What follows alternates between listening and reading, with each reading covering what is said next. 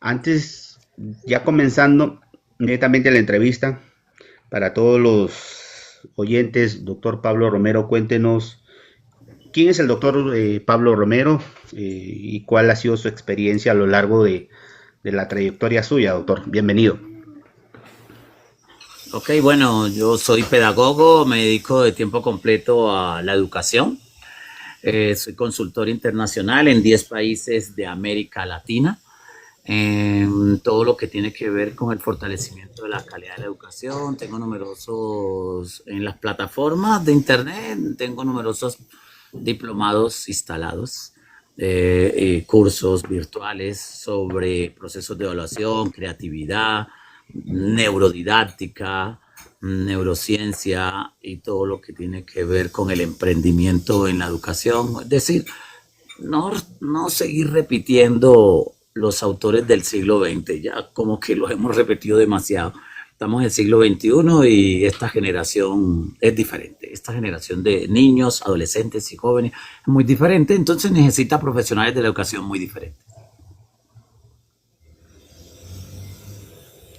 Doctor, voy a siempre a comenzar con la primera introducción de la pregunta y ahí le damos pase así a los demás participantes, en este caso el ingeniero Verne y Jessica. Los usuarios también pueden hacer abajo sus preguntas en los comentarios. Eh, Vemos a todas luces el nacimiento de una nueva democracia o el renacer eh, de esta nueva Venezuela que todos esperamos. Entonces, siempre hago énfasis en esto. ¿Qué es lo que le espera? ¿Qué es lo que le espera? ¿O cuáles son las proyecciones de los académicos, en este caso, de los entendidos en la materia como usted, en, en esta Venezuela nueva que se viene, dado a entender que los venezolanos tienen mucho, mucho talento? Yo voy a mencionar dos porque son de los más conocidos, o de los que yo conozco, que en este caso uno es el genio de la ciencia, Giuseppe Gangi, que es un genio de la tecnología, y el otro es la doctora Sulmari Majarres, una muchacha joven de apenas 23, 24 años, y descubrió un genoma que detecta con mucha anticipación, hasta con 10 años de anticipación, el tema de los síntomas o los primeros síntomas del Parkinson. Entonces, ¿qué le espera al venezolano en esto nuevo renacer que todos estamos esperando, doctor? ¿O cuáles son sus impresiones de usted? Bueno, es un hecho que Venezuela es un país muy rico en todos los aspectos, en la academia, en los procesos de innovación, en el arte, la cultura, el folclore, la literatura y el mismo deporte, eh, así como lo es toda América Latina. El asunto es que yo soy optimista. Venezuela está invitada a ser una potencia en América Latina por toda la riqueza de su yacimiento y naturalmente por la riqueza de su gente, de sus personas. Y pienso que esto es posible y va a ser posible por la riqueza natural de sus habitantes, la misma educación que ustedes tienen. Y bueno, como dice Gabriel García Márquez, no hay 100 años, ¿verdad? Con los 100 años de soledad no hay cuerpo que resista 100 años. Y yo pienso que ya es suficiente lo que Venezuela y otros países de América Latina han sufrido. Ya es hora de que las personas valiosas de Venezuela, que son todos, empiecen a disfrutar y a potenciar toda esa riqueza, sobre todo que se evidencie en la calidad de vida. Eh, yo soy partidario de que no soy muy dado a discutir, porque acá Colombia, en mi país, se está dividiendo feo. Eso me tiene muy triste.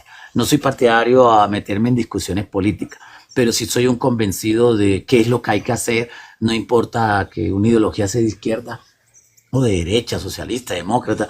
Sí, tengo claro algo, la educación. La educación es la que transforma a una nación y hacia allá es que hay que caminar.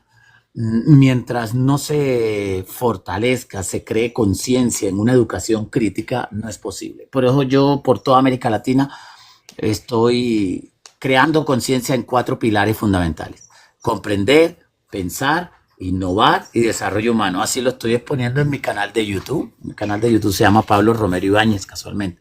Y ahí ya tengo cientos y cientos de videoconferencias respondiendo tu pregunta, pero desde mi zona de confort. ¿Cuál es mi zona de confort? La educación. Y desde la educación pienso que se puede transformar a una nación. Una nación sin educación es una nación que siempre va a estar adormecida en todos sus componentes. Trata de darle educación solamente a todo el mundo, porque claro que todo el mundo tiene que acceder a la educación. El problema es que en varios países de América Latina se ha cometido ese error, que se cree que con darle educación a toda una nación el chicharrón se resolvió. Eso no es así. No, no basta con dar educación a todo el mundo. Es que la pregunta es qué tipo de educación hay que dar. Y hay que dar una educación de calidad. Mira, casualmente cuando estamos haciendo diseños curriculares en una universidad, en un colegio o en una nación, hay unas preguntas que se plantean: qué enseñar, cómo enseñar, cuándo enseñar, con qué enseñar. Pero la pregunta clave que a mí me gusta es una que casi no se hace en las facultades de educación, y es ¿a quién beneficia? ¿A quién beneficia ese currículo, ese tipo de planes de estudio? Eso que estamos enseñando en las escuelas y en las universidades, ¿a quién beneficia? Si esa pregunta la respondiéramos, nos daríamos cuenta que hay que hacer un giro de 180 grados en las estructuras curriculares, porque uno se pone a mirar los currículos de colegios y de universidades en América Latina y están diseñados para tener a la gente adormecida. Y dentro de un momento explicaré por qué. Tiene que ver con esta pregunta, le doy el pase a mi siguiente invitado, tiene que ver mucho la ideologización, si lo dije bien, con el tema, por ejemplo, de la ¿no? De masificar el socialismo, en este caso, una ideología que hasta cierto punto nos ha traído más que aciertos, nos ha traído desaciertos, desazón, migración por montones, ha traído desastre en la economía. Tiene que ver mucho también el tema, qué tanto está vinculado el tema de la educación con ciertas ideologías como masificar el socialismo del siglo XXI, tanto en América Latina como a nivel mundial. Ok, muy bien. Ya esa es una pregunta muy concreta. Yo voy a aclarar 2 cositas. Un asunto es la pedagogía y la neurodidáctica, que son los campos a los que yo me dedico, como saber científico. O sea, hay gente que concibe la pedagogía como un discurso de reflexión en torno a la educación. Yo no estoy inscrito en ese discurso, no. Yo estoy inscrito en la posición de que la pedagogía es un saber científico. Y como saber científico sí se aplica de verdad, pues a ver, no tendríamos que caer en ideologías políticas torpes, alienantes y enajenadoras. Yo no sé cómo a estas alturas alguien puede tratar de tapar el sol con una mirada, con un dedo o con una mano. No sé qué le pasa a la gente. O sea, a lo que me refiero es que no se puede tapar la tragedia, los errores que se han cometido en Venezuela por culpa de unas ideologías erróneas y por quienes las dirigen. Eso hay que tenerlo muy claro. El asunto es que yo soy pedagogo, soy educador y me gusta centrar la conversación en el campo de la educación. Y ahí es donde le doy la razón a algunos que están chateando. Sí, la ideología está presente en todo, en la educación, en el día a día, en el hogar. Hasta un matrimonio se puede acabar por un manejo equívoco de la ideología. Pero vámonos al campo de la educación. Supongamos que estamos en un país socialista o de extrema izquierda, como lo quieran llamar, y empezamos a darle la educación a esos niños, adolescentes, jóvenes que se merecen una educación científica, en el que el estudiante comprende de manera autónoma, es decir, no se deja meter el dedo en la boca, en que el estudiante tiene la oportunidad, pero todos los días, de pensar por sí mismo, de pensar con métodos, con técnicas, en el que el estudiante tiene la oportunidad de innovar, de proponer con métodos, con técnicas, con procedimientos, y en el cual el estudiante todos los días tiene la oportunidad de tener desarrollo humano. Bueno, esa misma formación científica, sin yo estar ideologizándola, espero estar haciéndome entender, sin yo estar ideologizándola hacia un partido político o una opción política, le crea en sí conciencia a los estudiantes. Porque, miren, yo he estado en el contexto de izquierda y de derecha, en mi país lo he vivido. Yo soy de los que he ido 7 veces al Ministerio de Educación Nacional de Colombia a quejarme y a llevarles un documento escrito donde les critico todo lo que se está haciendo mal. Lo hice cuando estaba a la derecha y ahora que está a la izquierda también lo estoy haciendo en el gobierno de Petro. ¿Y qué les he demostrado? Pues que el tipo de educación que tenemos, no solo en Colombia, sino en toda América Latina, es un tipo de educación que aliena, que enajena y que hace que la gente esté adormecida. Adormecida tanto para los gobiernos de derecha como para los gobiernos de izquierda. ¿A qué me estoy refiriendo? Miren esto. Yo me he puesto a analizar país por país en América Latina, naturalmente incluyendo el mío, y también el de Venezuela, y también México. Acabo de venir del Congreso Mundial de Educación de allá de México. Y noté que el error es el mismo. Pueden llamarle la nueva escuela mexicana, pueden llamarle el nuevo sistema educativo de izquierda, de lo que sea.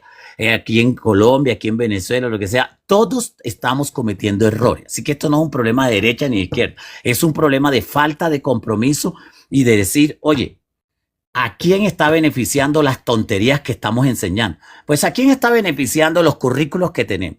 ¿A quién está beneficiando las metodologías y los enfoques que estamos aplicando? Pues está beneficiando al que está en el poder y está beneficiando a un sujeto que está de hecho en el poder y que quiere tener a la gente adormecida. ¿Cómo se evidencia eso? Bueno, yo he analizado las cartillas de varios países de América Latina, incluyendo el de Colombia, y donde uno observa que las cartillas que mandan a los colegios públicos tienen este tipo de habilidades de pensamiento. Identifica, determina, reconoce, conoce, desarrolla, hace. Bueno, esas son fórmulas perfectas para tener a un pueblo atontado, alienado e idiotizado.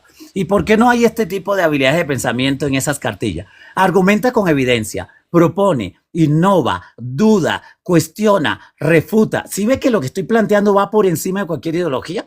Cuando yo le enseño a un estudiante, no se deja meter el dedo en la boca ni por derecha, ni por izquierda, ni por ningún lado. Es decir, empieza a pensar por sí mismo y a la próxima no vuelve a votar por gente ignorante, iletrada, que nos atonta. O sea, algo que a mí me indigna es que a los que nos hemos formado nos gobiernan ignorantes, corruptos, degenerados. Eso es la peor tragedia de la humanidad. No hay una peor tragedia que los ignorantes sean los que mandan a los que están preparados.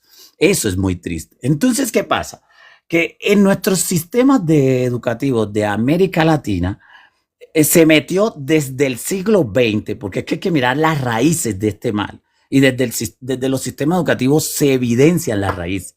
Yo me acuerdo cuando estaba estudiando unas especializaciones en la Universidad del Bosque, acá en Bogotá, nos metieron un montón de libros, ¿verdad? Como la agenda, la educación encierra un tesoro de Jacques Delors, la agenda del siglo XXI, y entonces nos metieron los famosos pilares de la educación que todo el mundo vomita y dice, lo repiten los de derecha y lo repiten de los de izquierda y lo repiten los socialistas. O sea, pareciera que todo el mundo está metido en el mismo círculo de mantener a América Latina adormecida. ¿Y cuál es el discurso de los pilares? Hay que aprender a hacer, aprender a convivir. ¿Verdad? Entonces ese cuentico de saber, hacer y convivir nos tiene jodidos.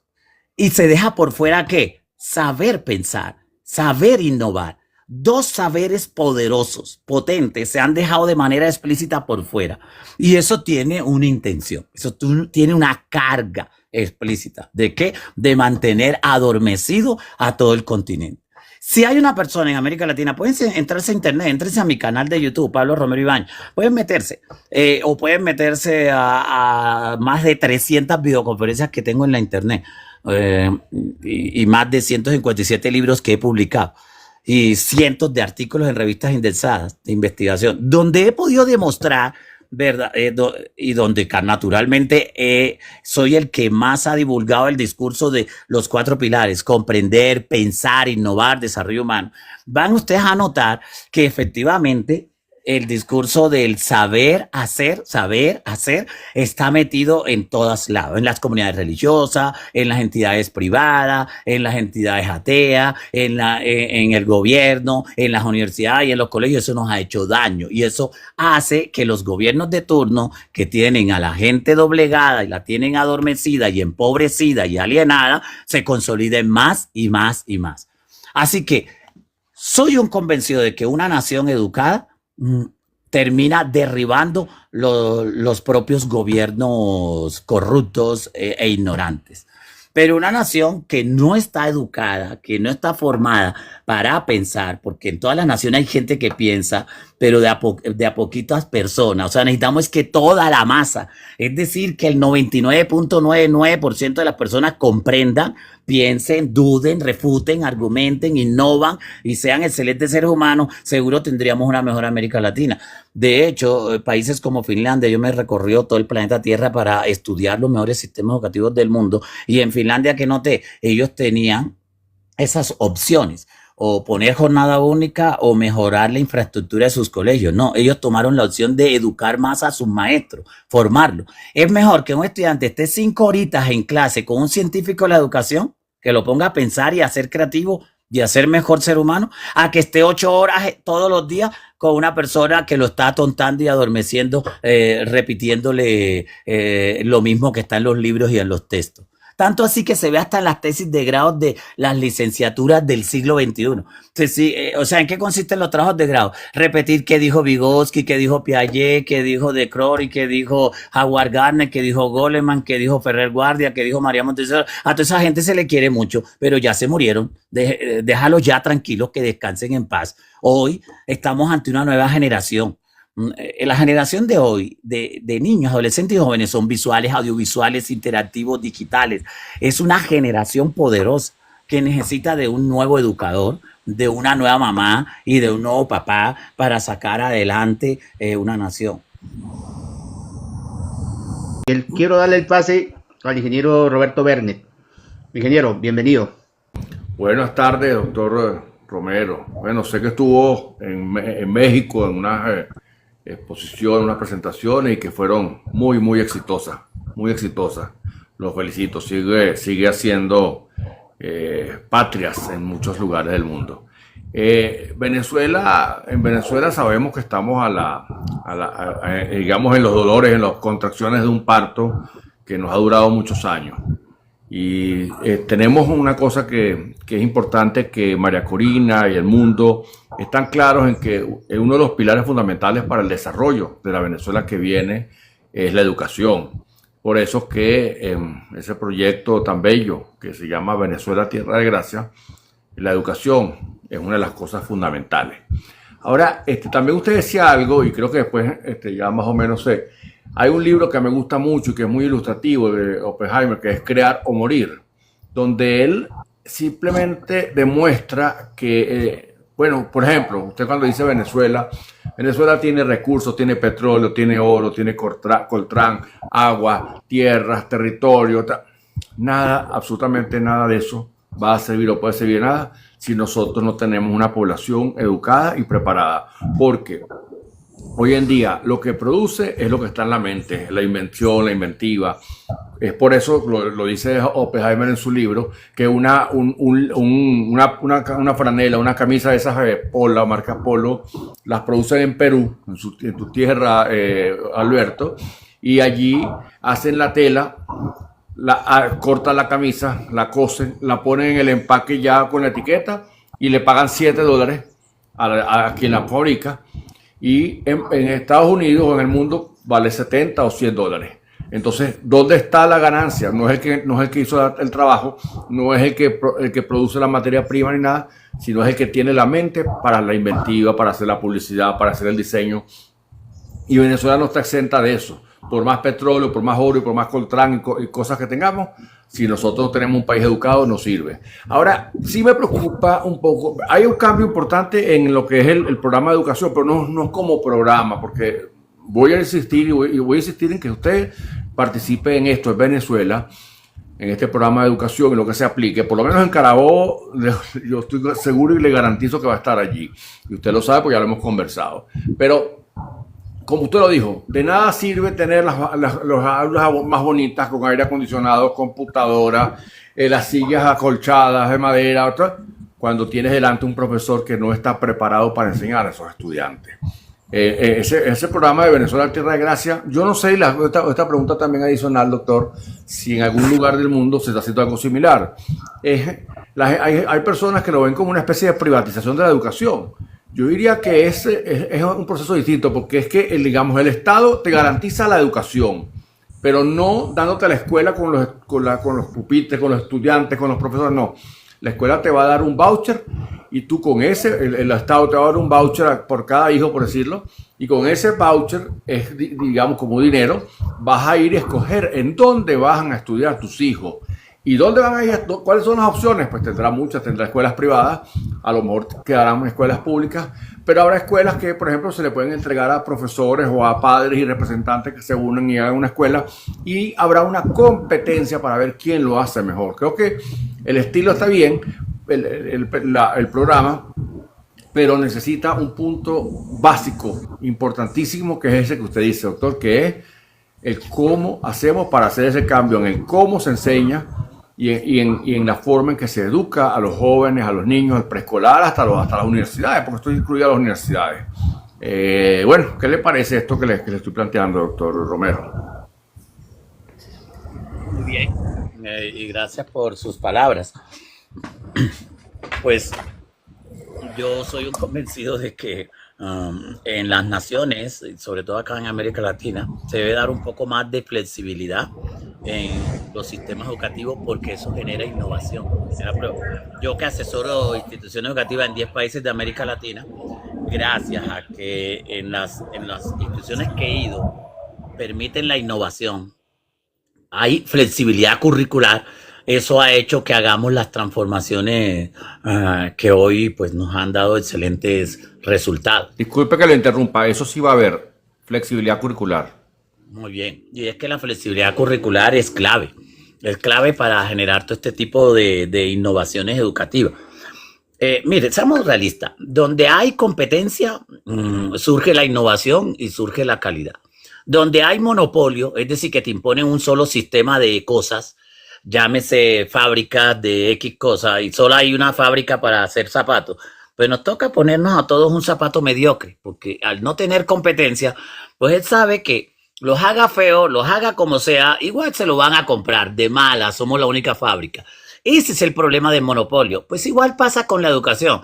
Hay naciones que han cometido un error enorme, que es imponer el currículo cerrado, imponer hasta la metodología, hasta el modelo educativo, imagínate, cerrado, y eso sí que perjudica mucho.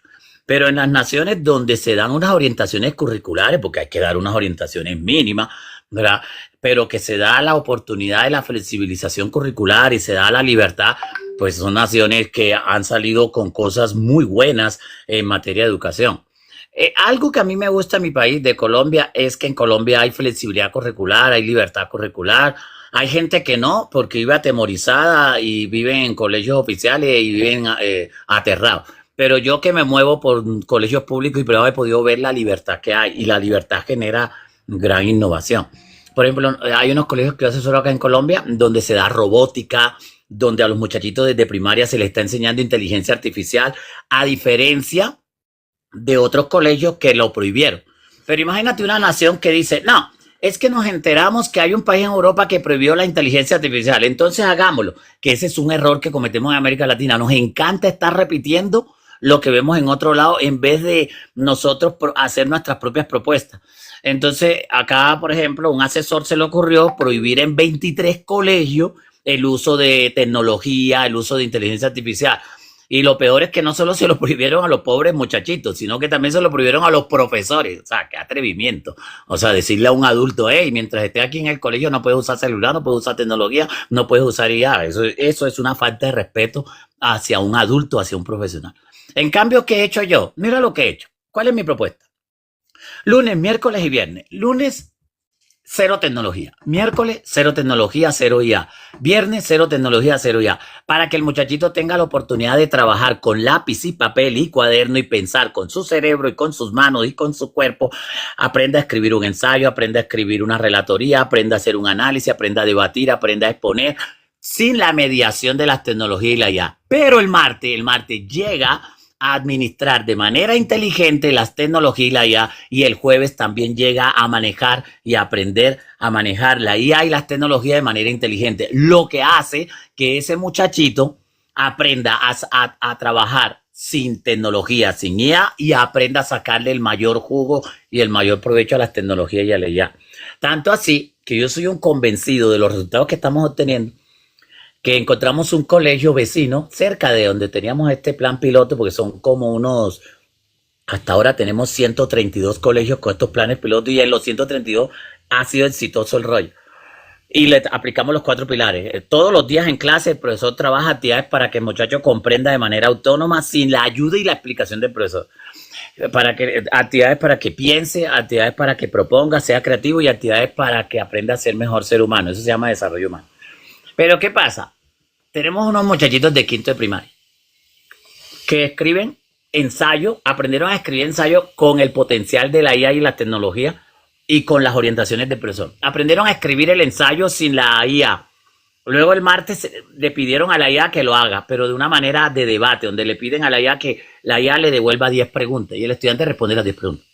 Luego el miércoles, que no hay IA, el muchacho vuelve y escribe un tercer ensayo, pero lo escribe con lo que aprendió de la IA, con lo que aprendió del profesor y con lo que él aprendió de su primer ensayo. Es increíble el aprendizaje que tiene. Y uno dice, vea, profe, no me lo tome a mal, pero aprendí más con la IA que con usted. Pues yo agarro un muchachito de esto, como le dije al otro colegio que estaban prohibiendo tecnología, y le dije, si quiere compitamos, escojan los 3 mejores estudiantes que ustedes tienen de quinto de primaria, los que no tienen ni IA ni tecnología.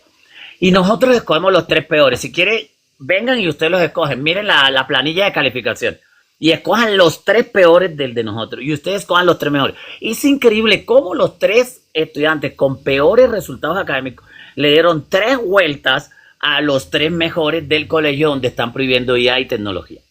O sea, que las tecnologías, la IA, no es que sean malas, ni tampoco son buenas. Ellas están ahí esperando a que alguien llegue a darle un uso inteligente.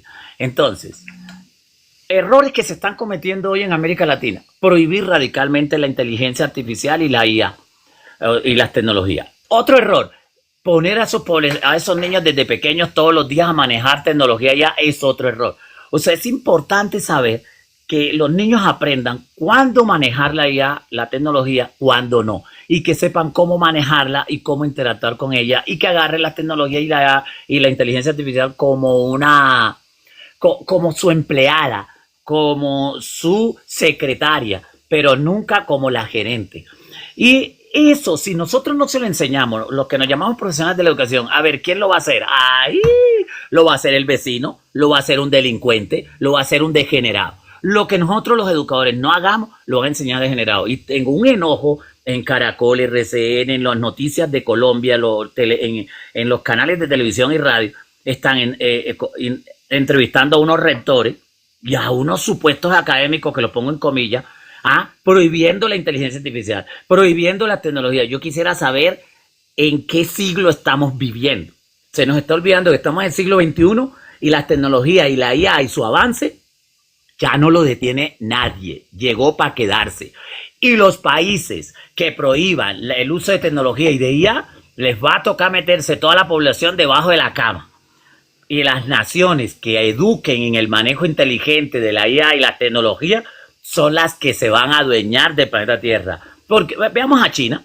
Entren en internet y busquen qué está haciendo China. China está formando a los niños desde los 5 años. Bueno, yo no diría tan temprano, pero estoy dando el caso de China. Desde los 5 años lo están formando en el dominio de tecnología, de inteligencia artificial, porque ellos tienen algo claro. La meta de ellos es que en el 2030 se van a consolidar como la primera potencia mundial de programadores y de académicos profesionales diversos que dominan tecnología y IA en todos los campos. Así que todo esto hay que tenerlo en cuenta en nuestras naciones. No importa qué ideología política tengamos, Bueno, ojalá Venezuela de verdad logre pasar a una nueva experiencia ideológica que le dé calidad de vida y la convierta en la potencia de América Latina que estamos esperando. Yo vivo en Colombia, yo voy a México, voy a Panamá, voy a Perú. Acabo de venir ahora de México y luego fui a Panamá y ahora mañana salgo para Perú.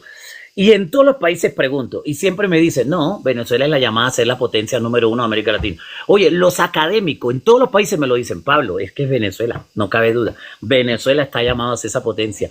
Pero si le amarramos el cerebro y le amarramos las manos al venezolano, no va a ser posible esto que se está diciendo.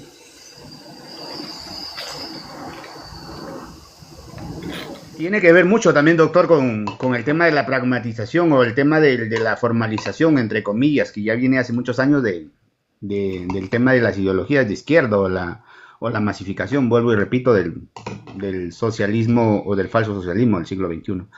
En este sentido, hay mucho por hacer. El cambio de mentalidad no es fácil. Yo creo que esta nueva masificación de la educación en Venezuela, yo creo que implica mayormente para las nuevas generaciones. No sé si está de acuerdo conmigo. Sí, así es. Es que ¿quién te discute eso? Nadie. Es decir, es que yo no le llamo ni siquiera socialismo lo que está pasando en Venezuela. En Venezuela lo que está pasando es un secuestro de toda la nación. O sea, yo la veo como una nación secuestrada. Es decir, es una nación que parece que le hubiesen prohibido pensar, soñar, amar, innovar y crecer.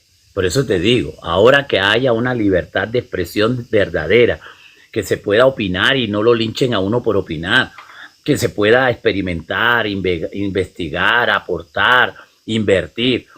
Pues a ver, a Venezuela no la detiene nadie, con la riqueza que tiene. Entonces, por favor, está llamada a darle 3 vueltas a todo el continente. Pero mientras mantenga en el estado en que está de adormecimiento y de temores, no es posible, no es posible. Pero a pesar de todo esto que estamos hablando acá, mientras llegue ese cambio político, ideológico, bueno, hagámosle, apoyemos al niño, a la niña, al adolescente venezolano, a que tenga una mejor educación de la que actualmente está teniendo. Exactamente. Quiero darle el pase a Jessica para que pueda plantear su pregunta, dándole la bienvenida también y el agradecimiento al apoyo también de ella. Jessica, bienvenida. Buenas tardes, ¿cómo está? ¿Cómo está, señor Pablo? Ya a Roberto ya hace un tiempo lo había saludado. Un placer conocerlo. A ver, mi pregunta va en este sentido. Cuando nosotros hablamos del sistema educativo, el sistema educativo venezolano está totalmente comprometido con una ideología extrema, pero muy, muy extrema. Y lo digo por experiencia, porque la viví. Ahora, estamos hablando de casi 3 generaciones que ya están comprometidas dentro de esa ideología. A ver, que no todos, porque muchos tienen pensamiento crítico, pero no es menos cierto que muchos no la tienen. De hecho, uno lo ve mucho aquí en estas redes sociales cuando habla con estas personas que siguen apoyando estos proyectos, que creen ciegamente en algo, que saben que le están mintiendo, pero es como como si Chávez fuera un dios o un semidios. No sé si me voy explicando. Perdón que tengo un poquito de carraspera. A ver, yo le quería preguntar, ¿cómo hacemos con esas personas que ya salieron de este sistema educativo para hacerlas entrar en razón y decirle, esto que viste no es la realidad, no es lo que debe ser dentro de un país próspero, no es lo que va a ayudar a levantar una Venezuela? ¿Cómo hacemos con esas personas? Ok, Jessica, empiezo por decirte, cuando empecé mi participación hoy dije, o sea, a la pedagogía y a nuestro sistema educativo no lo podemos ideologizar. Claro, algunos escriben enseguida, no, sí, tiene que estar ideologizado. Es que eso es lo que nos ha hecho daño. Es que cuando tú ideologizas una educación, tú atontas, arrodillas a un ser humano y lo conviertes en un pobre individuo esclavizado. Es decir, cuando yo hablo de eso, de eliminar la manipulación ideológica de la educación y de la pedagogía, me estoy refiriendo es a desarrollar un sistema educativo de libre pensadores. A ver, por ejemplo, cuando una persona pertenece a una empresa, aunque no esté de acuerdo con esa empresa, le toca cuidar la lonchera. ¿Por qué? Porque si no, la botan. Y resulta que vive de eso. Y entonces ya no tiene cómo sacar adelante a su familia que estaba viviendo del sueldo del señor que acaban de votar porque pateó la lonchera. Nosotros le llamamos acá en Colombia eso, patear la lonchera. Pues resulta que cuando a un niño, a una niña, a un adolescente, a un joven lo empiezan a educar dentro de una ideología, es algo parecido. Le enseñan a proteger la lonchera, aunque la lonchera esté, me excusan lo que voy a decir, pero es que necesito decirlo, aunque la lonchera esté llena de mierda, de popó, le enseñan a cuidar la lonchera. Y eso es lo peor que uno puede hacer con los hijos de uno.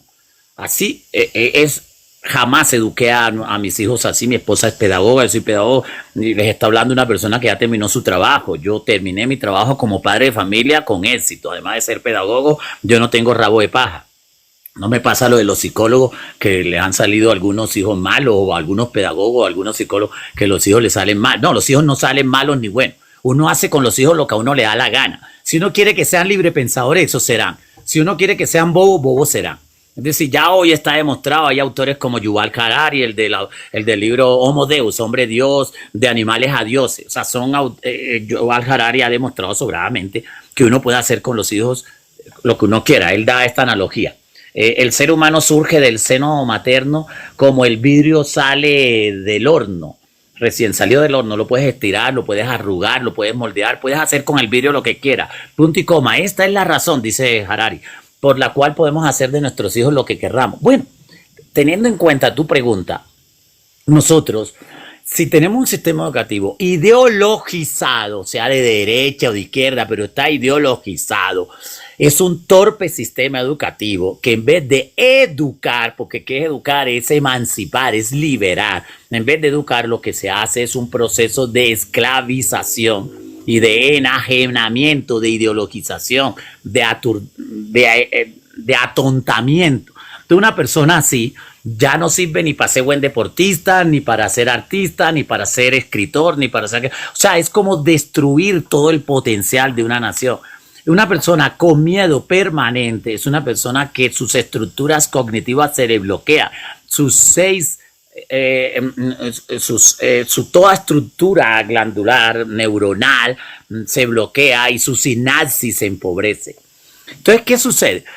Que si una nación quiere salir adelante, más allá de que sea disque comunista, socialista, de izquierda o de derecha, necesita consolidar un sistema educativo de libre pensador, donde la persona, el estudiante, tenga la oportunidad de tener todas las opciones, pero que tiene las opciones con argumento y evidencia, y se le enseña desde pequeñito, desde pequeño.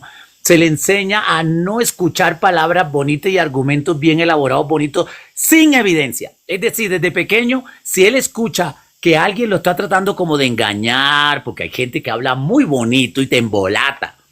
Y te embolata y te embolata, y si es candidato, tú votas por él. Y no sabes que acabas de votar por la persona que te va a esclavizar el resto de tu vida.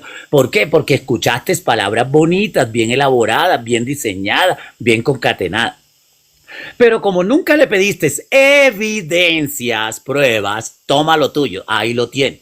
Entonces, palabras más, palabras menos, ¿qué es lo que estoy diciendo?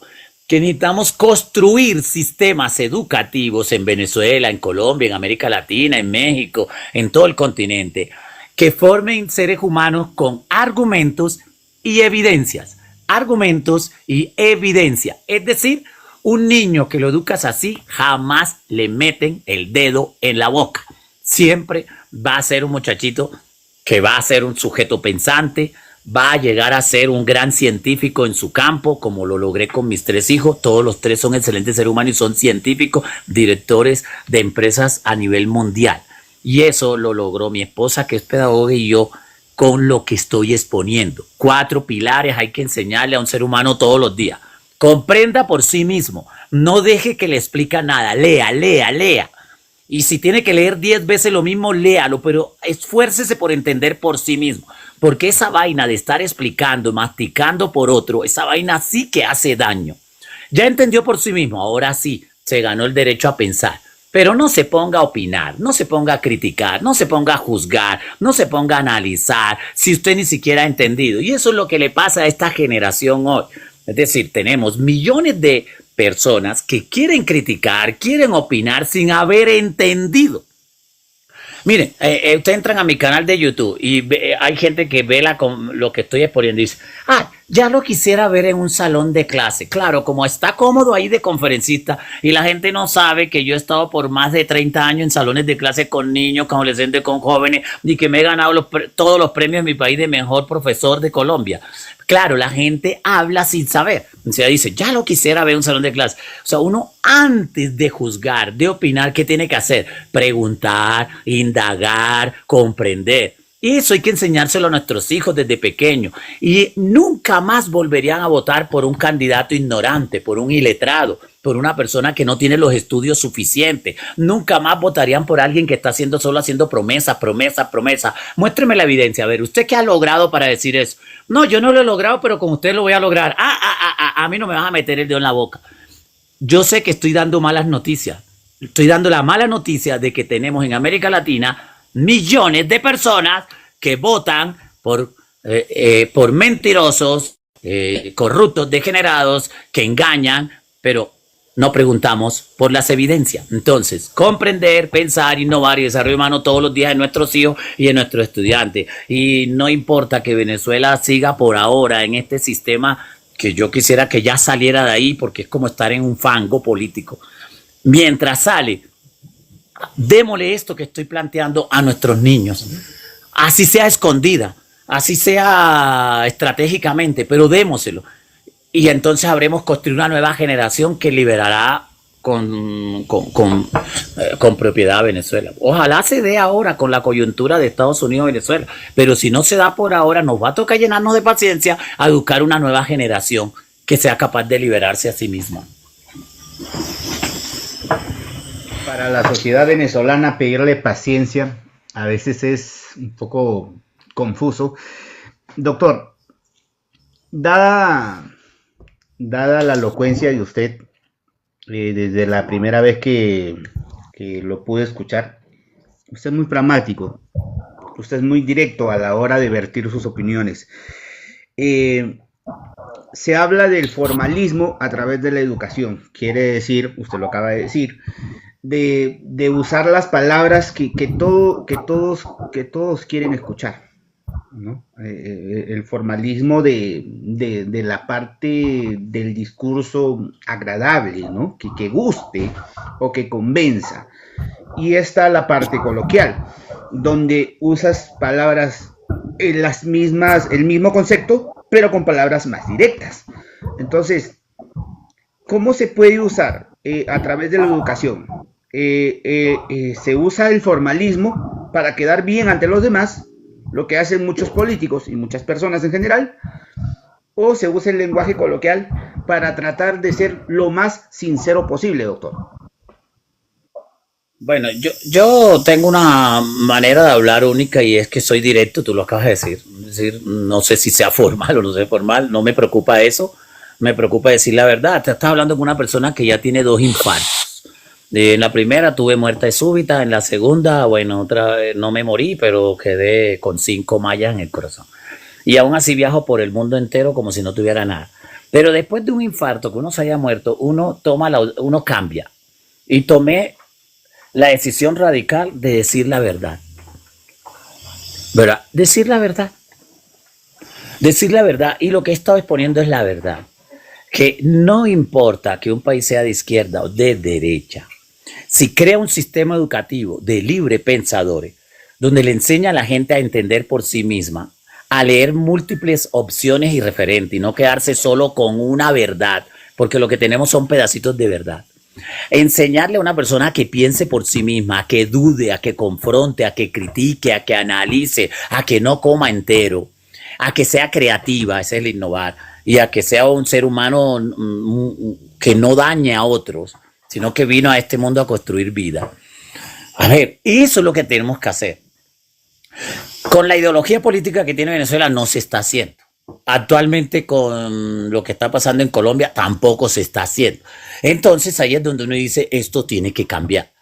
Por ejemplo, cuando yo hablo de tener paciencia, no me refiero al venezolano, me refiero al educador, porque una de las cualidades del educador es la paciencia, colega. Es decir, yo hablo para pedagogos. Al ciudadano venezolano le digo, no puede tampoco esperar a que otro país, otras naciones, la ONU, la OEA le ayude.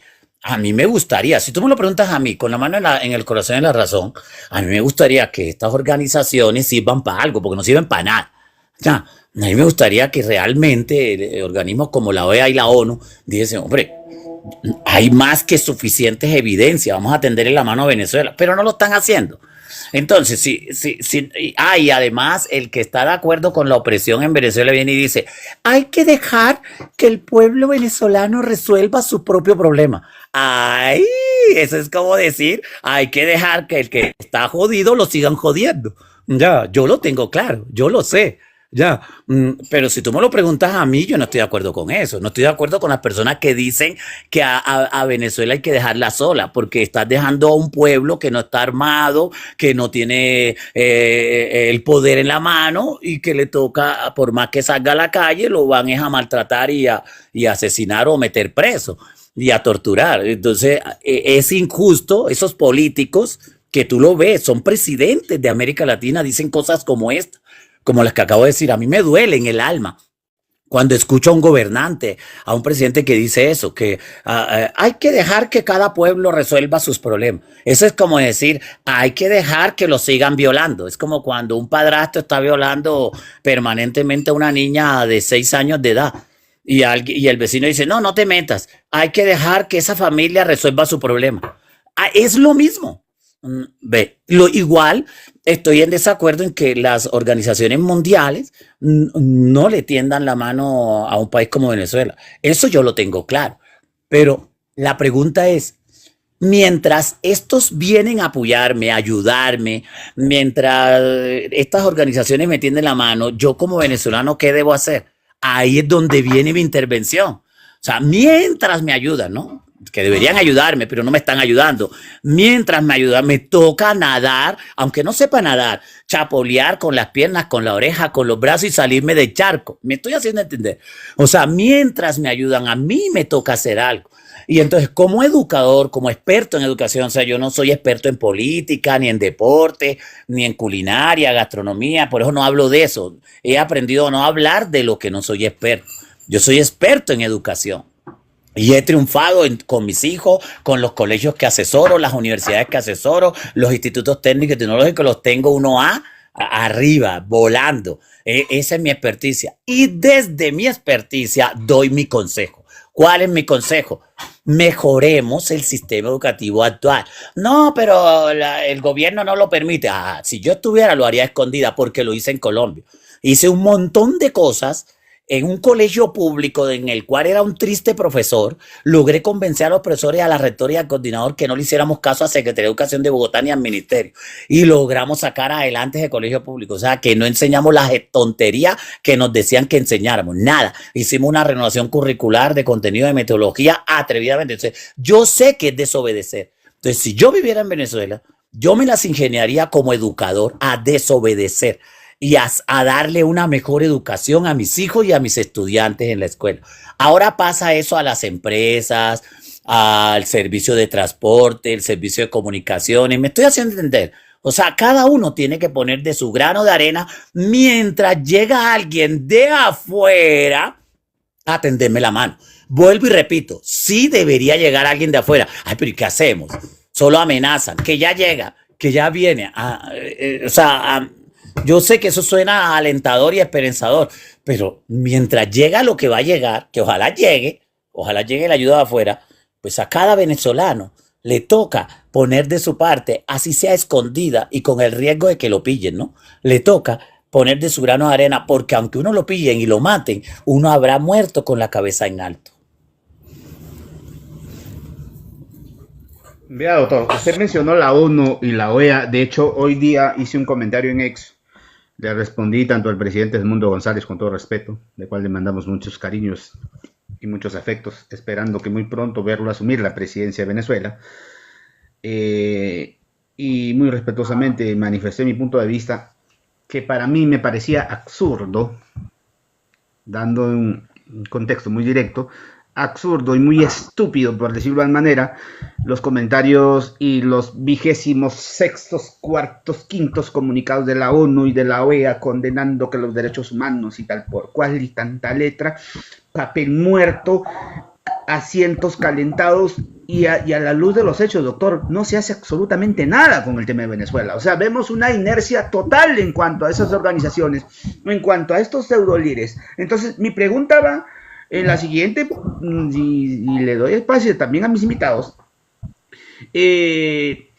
con el tema, ¿cómo se interpreta el comportamiento de este nefasto? Porque me van a perdonar los colombianos, tienen todo menos un presidente, y hoy lo dijo, con el tema de una persona que están buscando, mi compañera de lucha, Claudia Sheinbaum, porque el sujeto está perdido en México, del M-19, o sea, enarbolando a una organización terrorista, un presidente, disque presidente de una nación, enarbolando o haciendo énfasis de una organización terrorista como lo era el M-19 en Colombia. Entonces, ¿cómo se interpreta este comportamiento en base a la educación? Este comportamiento tan irreal, por decirlo de alguna manera, de Gustavo Petro. ¿Cómo se puede interpretar eso, doctor? Mira, hace un momento que te dije que estas organizaciones internacionales que hace rato debieron haber apoyado a Venezuela no sirven para nada. Y sigo insistiendo en eso. Esa es mi posición. No sirve. Cuando la ONU y la OEA hagan algo hacia Venezuela, servirán. Por el momento no sirve. Punto. Eso está claro. Ok.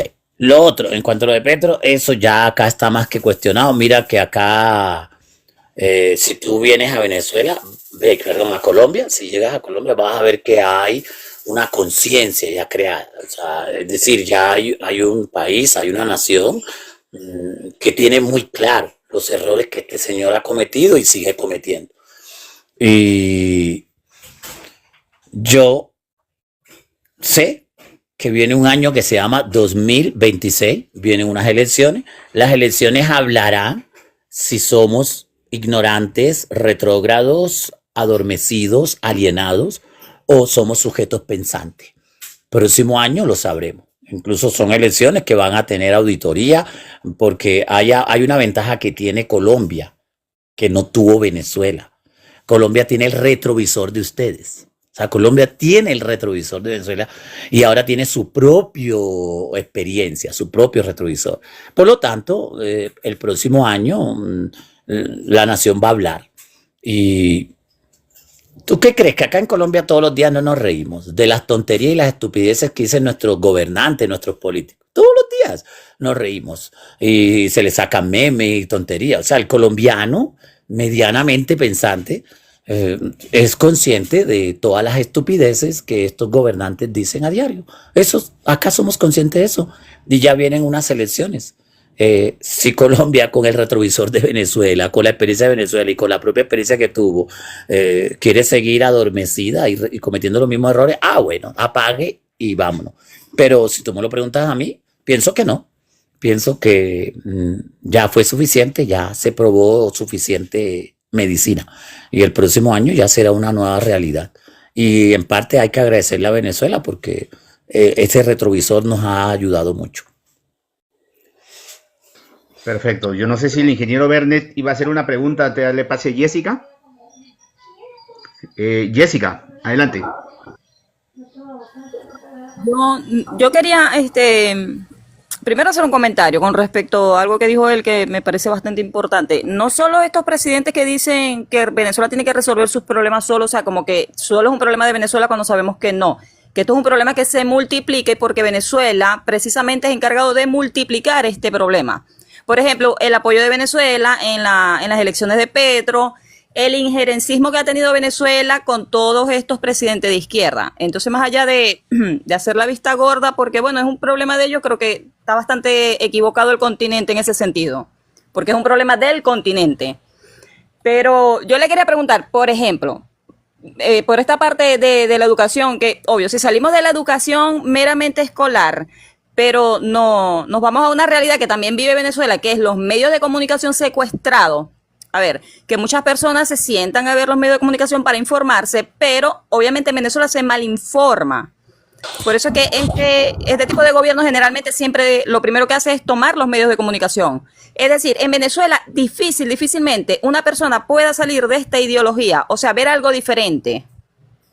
Entonces, ¿qué importancia tienen los medios de comunicación en este sistema educativo y cognitivo del ser humano? Bueno, tú sabes muy bien que una forma de los gobiernos que uno sabe que están maltrechos, enfermos y que solo piensan en sus propios intereses y no en el interés del progreso de una nación, pues es empezar por derribar los medios. Eso no solo ha pasado en Venezuela, sigue pasando y va a seguir pasando. Y esas son las lecturas que un ciudadano del común debería ver. Y es algo que yo no entiendo, a veces yo mismo me lo pregunto, cómo millones de individuos en una nación ven ese mal comportamiento, ven esa torpeza de atraso y esas prohibiciones y cierres de medios y prohibición a la libertad de expresión y todavía siguen enceguecidos con este tipo de individuos de gobierno. Ahí es donde uno tiene que preguntarse qué tipo de cucarachas tienen esas personas en sus neuronas, ¿verdad? O qué tipo de virus le inyectaron alguna vez que fueron a un centro de salud y le inyectaron alguna vaina ahí rara para pensar así, porque nunca podré entender, ¿verdad? Que haya tanta torpeza en América Latina sobre las injusticias y sobre todo lo que nos está pasando. Y vuelvo y te repito, sí, lo de Venezuela acá en Colombia y en América Latina todos lo sabemos, que no es un problema local, es un problema global, es un problema que nos está perjudicando a todos en América Latina y directamente a Colombia, que es la que más se ha afectado, ¿verdad? Que la mayor cantidad de migrantes lo recibimos nosotros. Nosotros lo sabemos que es un problema. Lo que también sabemos acá en Colombia es que el ciudadano del común, como yo, un educador más ciudadano común, no podemos hacer nada ante las estupideces que dicen algunos gobernantes de dejar que los venezolanos resuelvan su problema. El que dice eso, yo creo que esa persona que dice eso se está riendo de los demás, se está riendo de nosotros, se ríe. Y cuando se va a acostar dirá, ay, pobre bobo lo que les dije. Yo creo que ellos dirán eso, porque esa es la peor estupidez que uno puede escuchar, decirle a un bebé que se deje violar y que resuelva su problema con el violador.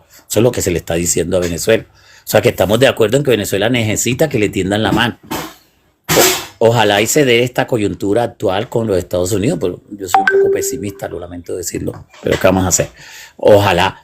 Por eso digo que mientras estas organizaciones que no han hecho nada, la ONU, la OEA, que lo escuchen bien, no han hecho nada, cuando lo hagan, le creeremos. Mientras no lo hagan, no le vamos a creer nada. Son organizaciones ineptas que no sirven para nada.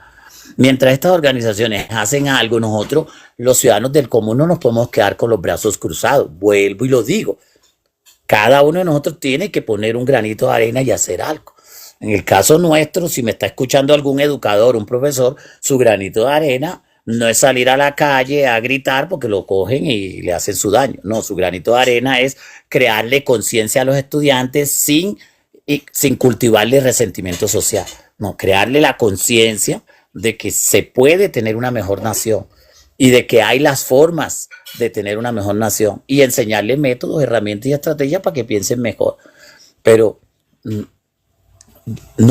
esto no se puede solucionar con magia y brujería.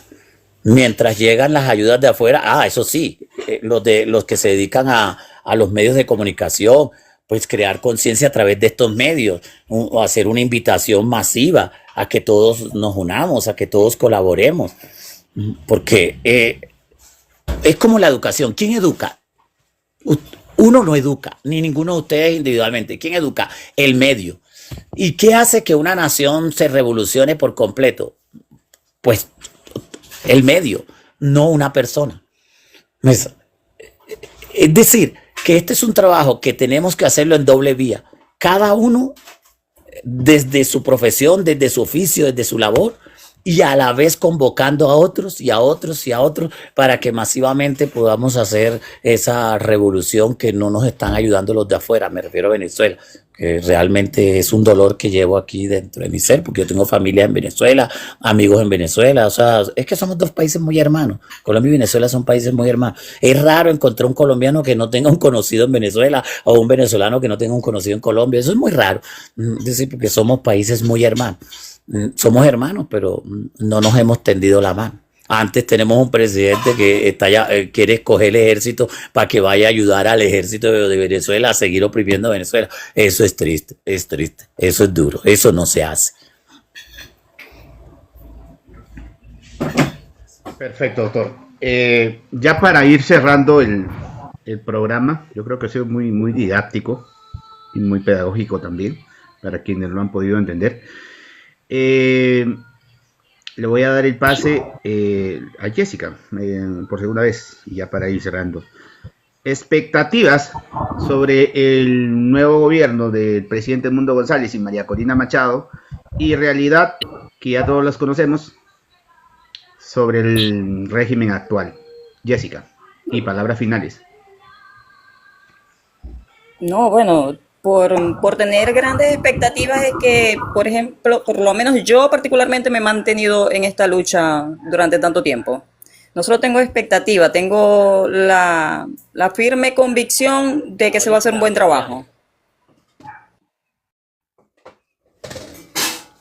Ingeniero Bernet, la misma pregunta y sus palabras finales. La pregunta es que en concreto, Alberto, expectativas sobre el futuro gobierno, el próximo gobierno a venir, Dios mediante sea pronto, antes de diciembre, del presidente Edmundo González y María Corina Machado, y la realidad que ya todos conocemos con este régimen. Bueno, las expectativas son gigantescas, como lo dije al principio de este live. Hay un programa de gobierno espectacular que se llama Venezuela Tierra de Gracia, donde una de las principales cosas que se tienen en cuenta en ese programa de gobierno es la educación. Lo decía muy bien el doctor Pablo Romero: un país, una población que esté educada, que esté bien educada, nunca se va a dejar engañar por vendedores de cuentos, que es lo que fue realmente Hugo Chávez.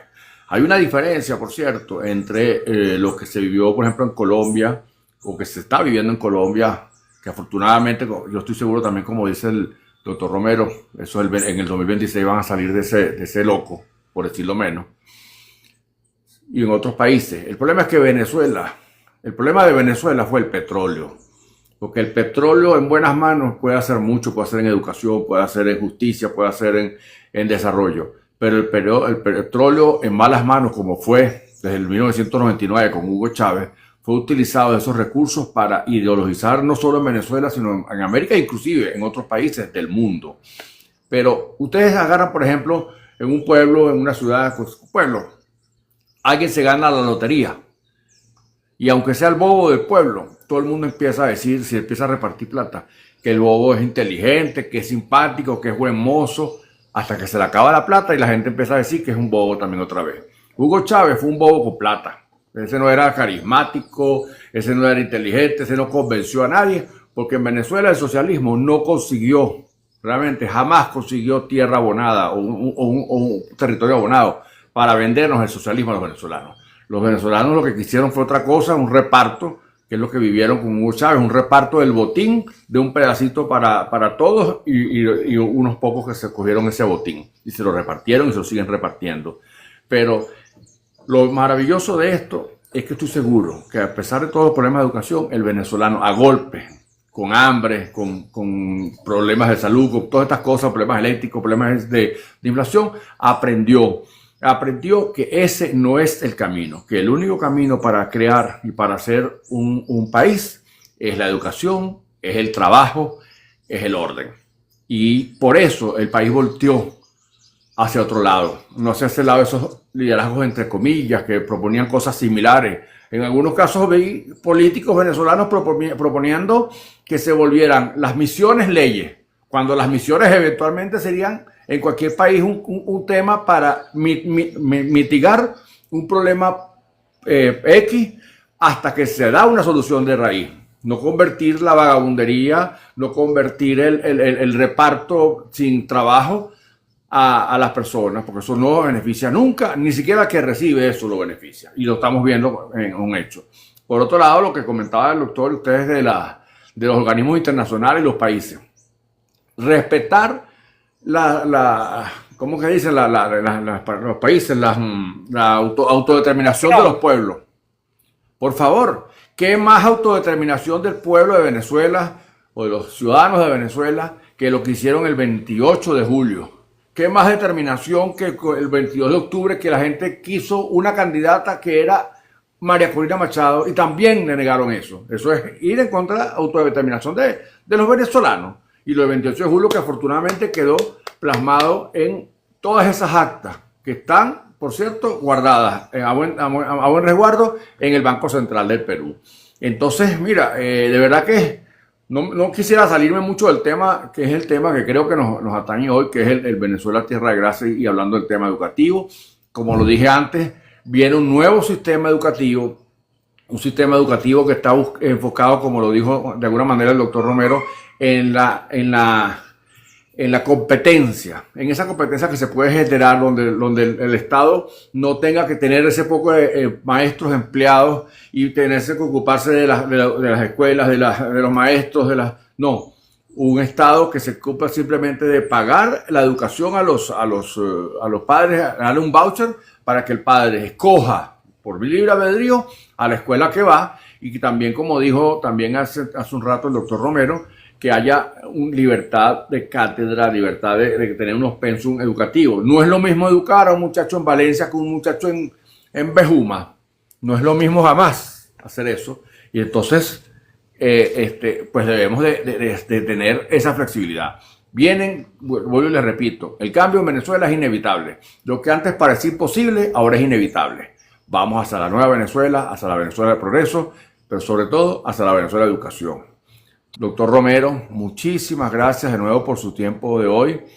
De verdad que cada vez que lo oigo me convenzo más de que nosotros lo necesitamos aquí en Venezuela para ayudarnos a formar y a crear ese sistema educativo que tanto necesita Venezuela. Gracias, Alberto, Sentimiento Llanero, Jessica y todos los que estuvieron por acá acompañándonos. Muchísimas gracias nos vamos a despedir justo con el análisis ya cerrando sobre la misma pregunta.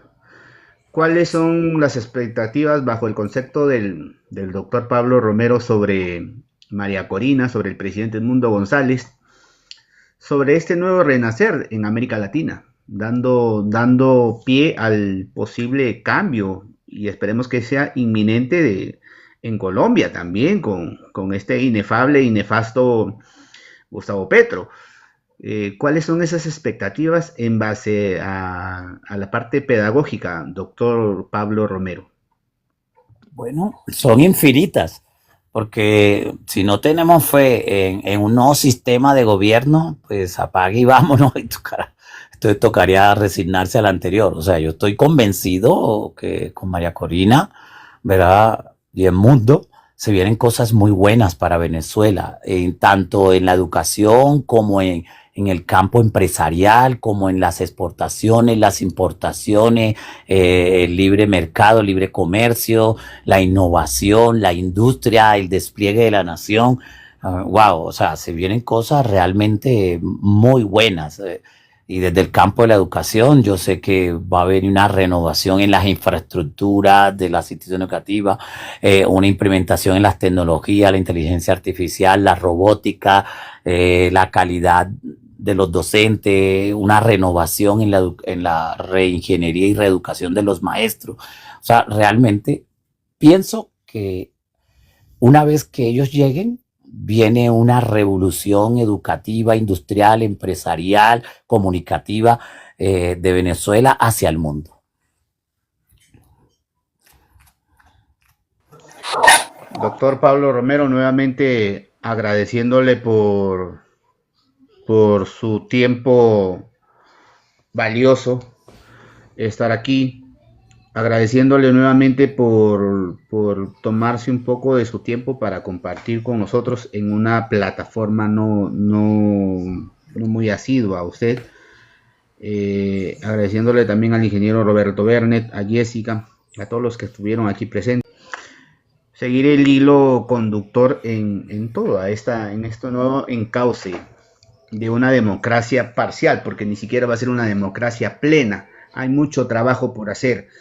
No sé si así consideran, y ya cerramos palabras finales de cada uno de los presentes, en cuanto creo yo que el menor de nuestros problemas que vamos a tener nosotros va a ser la caída de Nicolás Maduro. Ese va a ser el menor de nuestros problemas, porque hay muchos. Todos están pensando que la caída de Nicolás Maduro o la salida de Gustavo Petro, por ejemplo, de Colombia, va a ser el auge de ese reino, va a ser el inicio, pero considero que ese factor especial, lo de Venezuela, va a ser el menor de nuestros problemas.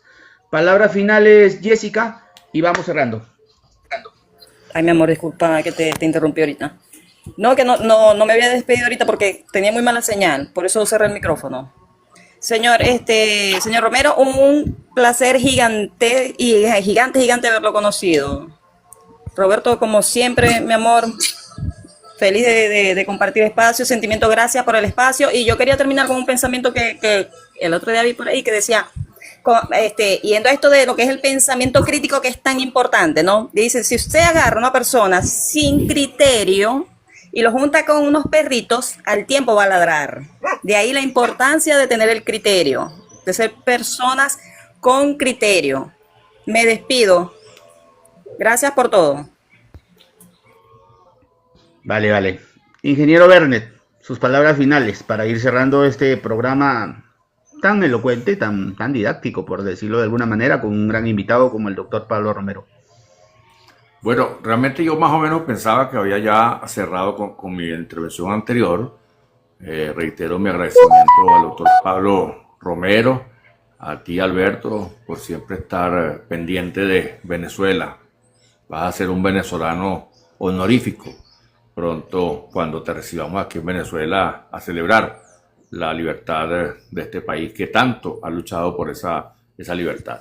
No ha sido fácil, pero lo vamos a lograr. Quiero transmitir eso, quiero transmitir, como siempre lo hago, la seguridad, la esperanza y la fe en que el cambio en Venezuela viene, es inevitable y va a ser un cambio profundo. No un quítate tú para ponerme yo. Un cambio profundo, una transformación. Y esa transformación, como lo vengo repitiendo, tiene que iniciar con la educación. Si nosotros no transformamos la educación en Venezuela, vamos a caer en lo mismo, porque esto es un ciclo no se rompe únicamente. La única vacuna para eso es la educación, y una educación de calidad, y la vamos a tener. Muchísimas gracias, doctor Romero. Muy pronto nos vamos a comunicar por lo que le digo. Por lo menos en Carabobo lo necesitamos, y en Venezuela también. Gracias. Excelente, ingeniero Bernet. Doctor Pablo Romero, sus palabras finales, y con esto dándole agradecimiento por haber estado en este programa ante una audiencia no convencional para usted. Bueno, muchas gracias por la invitación, muy amable ustedes, y bueno, con la mano firme en el corazón y en la razón de que no hay mal que dure 100 años. Esto ya tiene que llegar a su fin, y seguro que sí. Dios quiera y de verdad sea este año. Pongámosle la fe en que de verdad ya sea este año por fin. Y bueno, para adelante, cuentan conmigo en todo lo que necesiten relacionado con la educación y con el despliegue del pensamiento en nuestro sistema educativo. De verdad, gracias por la invitación, y no pierdan la esperanza nunca. Muchas gracias, doctor. Muchas gracias, ingeniero Bernet. Muchas gracias, Jessica. Todos los que estuvieron participando aquí indirectamente. Está Política Libertaria, Código de Barrio. Sigo enumerando. Yurema también, que estuvo por ahí. El doctor José Ignacio Gervasi también por ahí lo vi. María Liberal. Y sigo enumerando. Gracias a todos, será hasta una próxima oportunidad. Les pido que recemos juntos, que dejemos nuestras diferencias políticas.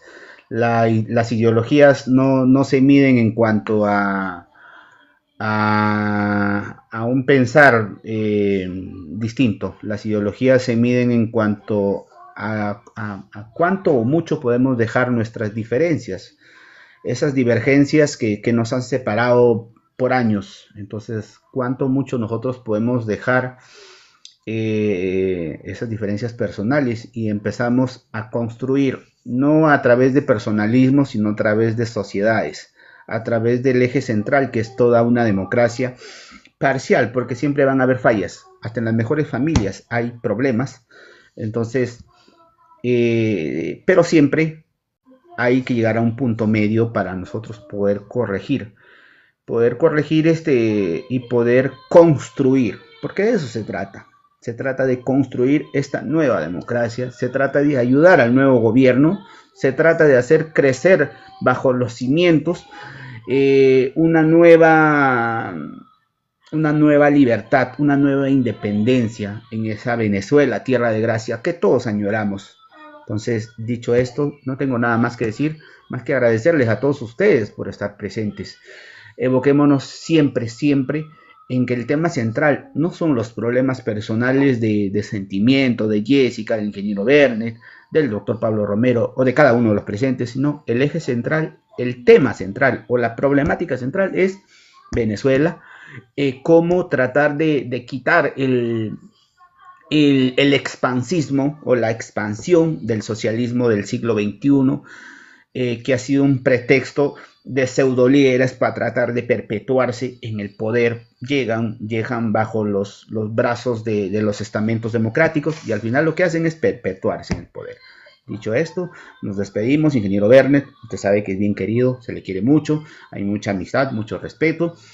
Después de recuperar la democracia, vamos a seguir trabajando con quienes estuvieron en primera línea en esta lucha, no solo con el presidente Mundo González, no solo con María Corina, no solo con Juan Pablo Guanipa o César Pérez Viva, sigo enumerando, sino con líderes como usted, como líderes del partido Gente, que en este caso es el ingeniero Roberto Bernet, para tratar de construir y poner a los líderes en los lugares que nunca debieron perder. Dicho esto, nos despedimos hasta una próxima oportunidad. Que pasen todos un feliz lunes y evoquemos siempre en que esa Venezuela, tierra de gracia, va a renacer y no renacerá para una cúpula, no renacerá para unos cuantos, sino va a renacer para 30 millones de venezolanos y poco más, y para toda América Latina, que también veremos sonreír y sonreiremos junto con ustedes. Viva Venezuela libre, y evoco siempre esta frase del glorioso himno que tiene la República Democrática de Venezuela. Gloria, gloria al bravo pueblo. Hasta una próxima oportunidad.